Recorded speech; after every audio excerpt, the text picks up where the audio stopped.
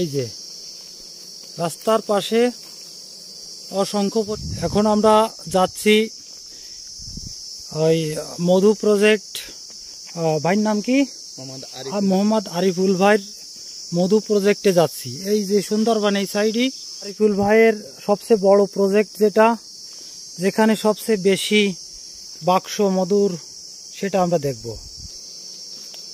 এই যে রাস্তার পাশে অসংখ্য পরিমাণের মধু সংগ্রহ করার বাক্স আছে।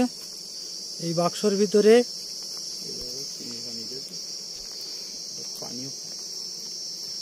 এই যে এখান থেকে মধু পোকা ভিতরে যাওয়া আসা।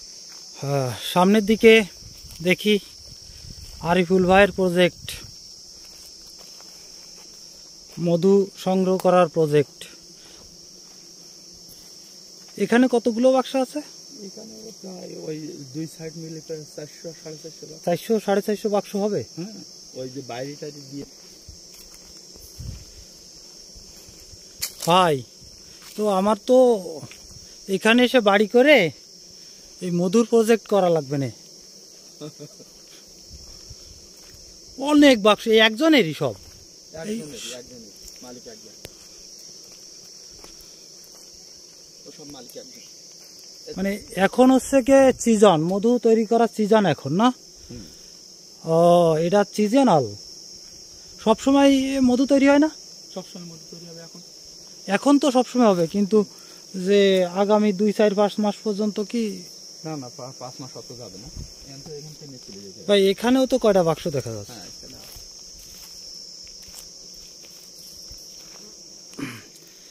ভাই, এখানে এই বাক্স পাতাইছে, এই এখান থেকে সুন্দরবন কত দূরে? কত দূরে হবে এখানে? এই তো যেহেতু আমাদের অবদার রাস্তার সাইডেই আছে রিভার সাইড, মানে নদীর ওপারে এই জঙ্গল দেখা যাচ্ছে আর কি। এখান থেকে 200 থেকে 300 গজ দূরে। আর সুন্দরবনের পাশে এই বাক্সগুলো না রাখলে তো আপনার এই পোকায় মধু আহরণ করতে পারে না। হ্যাঁ হ্যাঁ, দূরে। এই জন্য যারা এই চাষগুলো করে তারাই, যারা শুধু সুন্দরবনের কাছে থাকে, কাছে থাকে, কিন্তু এদের তো জীবনেরও ঝুঁকি আছে। ওই ছোট একটা নদী পার হয়ে তো বাঘ চলে আসে, অনেক সময় আসে না? জি। ও আচ্ছা, ঠিক আছে ভাই, যা দেখতে ইচ্ছা করেছি আপনার সাথে থেকে দেখতে পারলাম। তা ভাই, এখানেও কয়টা বাক্স আছে?